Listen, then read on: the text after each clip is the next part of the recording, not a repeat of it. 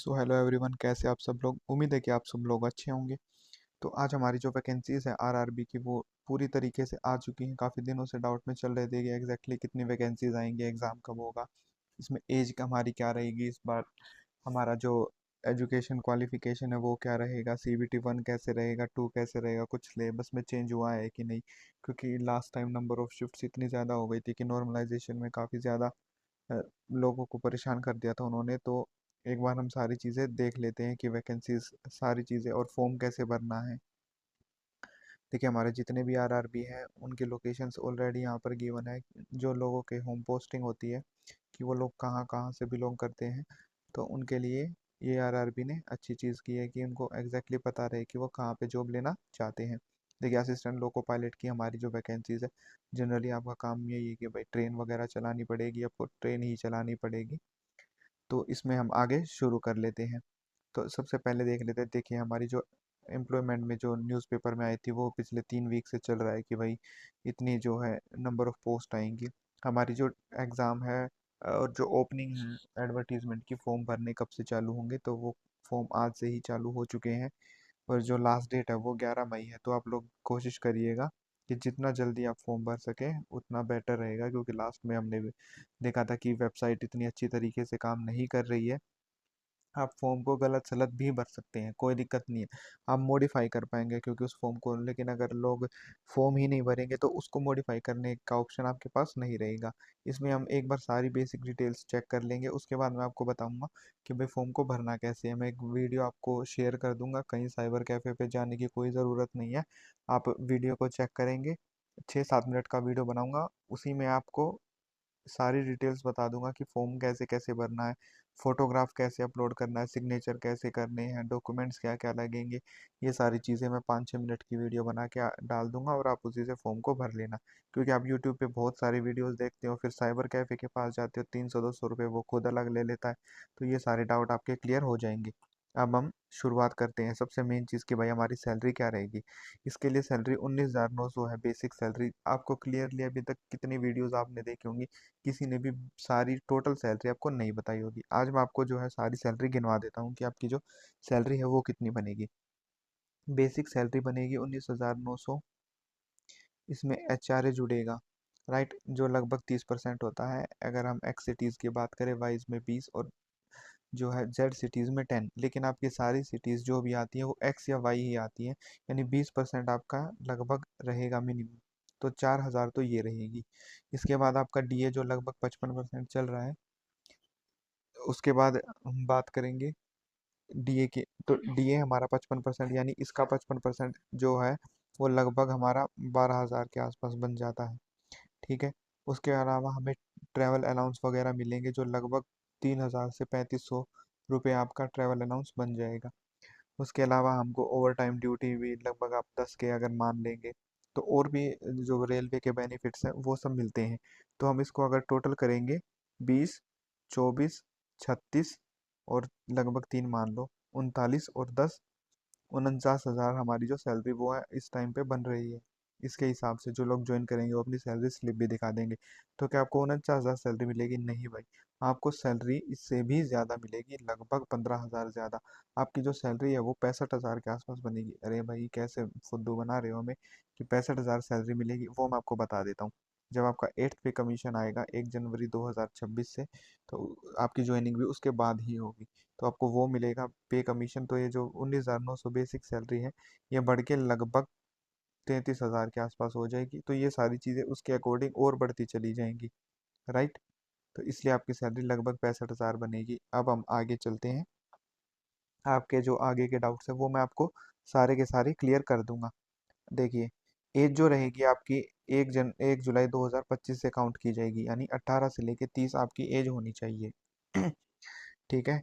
आप अपने जोन के अकॉर्डिंग ही भरना, जो आपकी वैकेंसीज हैं उसके अकॉर्डिंग ही भरना होगा सबको फॉर्म। तो इसमें पोस्टिंग कहाँ कहाँ रहेगी, किसी भी जोन में आपकी पोस्टिंग कर देंगे, राइट। राइट टू अपॉइंटमेंट क्या होता है? मान लो कि आपको किसी भी आरआरबी ने किसी भी कैंडिडेट को सेलेक्ट नहीं किया है, या फिर किसी आरआरबी ने सेलेक्ट कर लिया है, तो आपको वही राइट होगा, आपको उसी आरआरबी में ही ज्वाइन करना पड़ेगा। ऐसा नहीं कि सर मैं वहाँ पे ज्वाइन कर लूँ। अब जो आपका मेडिकल स्टैंडर्ड, जो आपके मेडिकल टेस्ट होगा जब आप एग्ज़ाम क्लियर कर लेंगे, ठीक है, आपका विज़न होना चाहिए 6/6, ठीक है।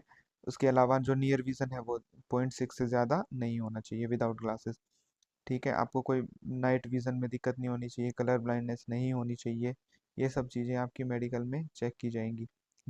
फॉर्म भरने के लिए आप इंडिया के सिटीज़न होने चाहिए, नेपाल के, भूटान के और तिब्बतन रेफ्यूजी जो 1962 के बाद हमारे देश में आ गए थे। एज आपकी 18 से 30 मैंने बता ही दी है। एज रिलैक्सेशन देखिए, 5 का मिलता है SC ST को, 3 का मिलता है OBC को, और जो हमारे सेनानी हैं भूतपूर्व जिन्होंने एक्स सर्विसमैन की जो जो है वो कर रखी है, उनको रिलैक्सेशन मिलता है लगभग 10 साल का, ठीक है। जिन्होंने रेलवे में एटलीस्ट 3 साल की सर्विस कर रखी है उनके लिए जनरल कैटेगरी 40, OBC कैटेगरी 43 और SC ST के लिए 45 तक आप फॉर्म को भर पाएंगे। जो फीमेल्स हैं और जो विडो हैं उनकी एज 35 काउंट की जाएगी, राइट। आप अपनी एज कब से, देखिए 2025 है, राइट। जो बंदे, देखिए 18 की एज से आपको काउंट कर रहे हैं, मैं आपको एग्जैक्टली बता देता हूँ भाई, 18 से 30। जो बंदे 2008 के बाद पैदा हुए हैं, जुलाई, वो फॉर्म नहीं भर पाएंगे। उससे पहले के सब लोग फॉर्म भर पाएंगे। अच्छा, कब से? 1995, 1 जुलाई। ये जनरल कैटेगरी है। SC वाले इसमें से 5 साल घटा लेंगे, ST वाले इसमें से 5 साल घटा लेंगे, OBC वाले 3 साल घटा लेंगे, और जो घटा लेंगे मतलब 1992 आपकी एज रहेगी। और जो फीमेल है वो 5 साल, यानी आप 1990 के बाद पैदा होने चाहिए, राइट। आप लगभग समझ गए होंगे।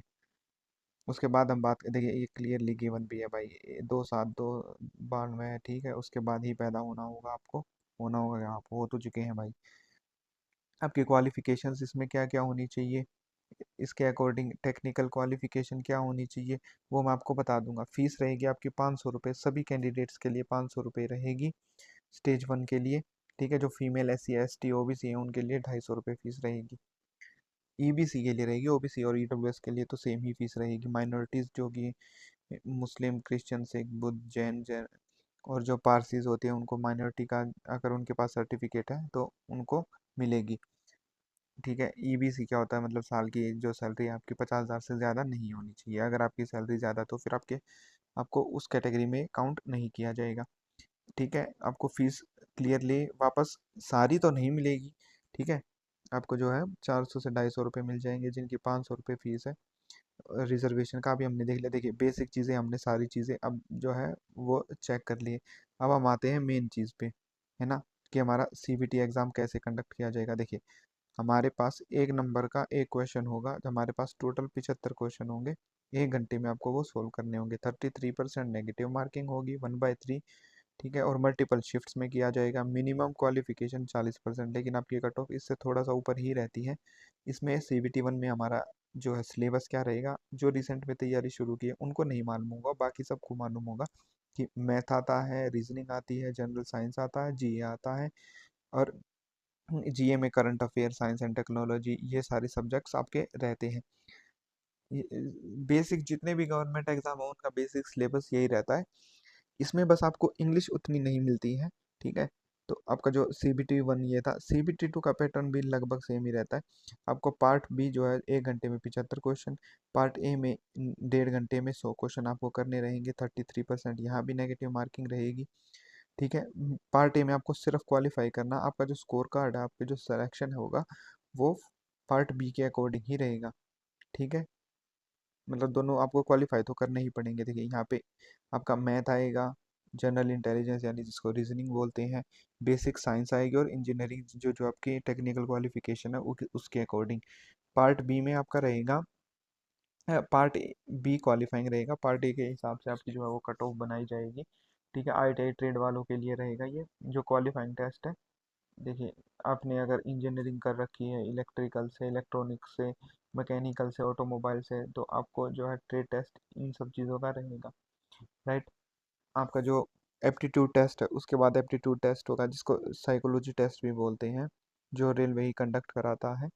उसके बाद आपका डॉक्यूमेंट वेरिफिकेशन होगा, फिर आपका मेडिकल टेस्ट होगा, फिर आप ज्वाइन कर पाएंगे। सारी चीज़ें जो है उनका सिलेबस भी ऊपर दिया हुआ था। अब आपको फॉर्म भरना कैसे है, कि भाई फोटोग्राफ कैसे लगाना है, सिग्नेचर कैसे होना, ये सारी चीज़ें मैं आपको फॉर्म को आज एक वीडियो अपलोड कर दूंगा, वो देख के आप फॉर्म भर लेना। और अगर स्टूडेंट को लगे कि उनको पेड बैच लेने, ये पेड वेड बैच के चक्कर में अब मत पड़िए भाई, है ना। पेड बैच के चक्कर में पढ़ने की कोई ज़रूरत नहीं है। जो लोग अभी अभी रिसेंट में सेलेक्ट नहीं हो पाए हैं, वो जिन्होंने जहाँ तक तैयारी की हुई थी, उसको तैयारी को बुक से ही आगे आपको सेल्फ स्टडी ही करनी पड़ेगी। आप चाहे मैथ के 10 टीचर्स के कोर्स देख लो, लेकिन अगर खुद सवाल सोल्व करना नहीं आता होगा और आपने सिर्फ वीडियो से पढ़ा है, तो मैं गारंटी देता हूँ कोई भी सिलेक्शन आपको नहीं दे दे पाएगा। ठीक है, ऑल द बेस्ट एवरीवन। तो जिनका भी सिलेक्शन हो गया है।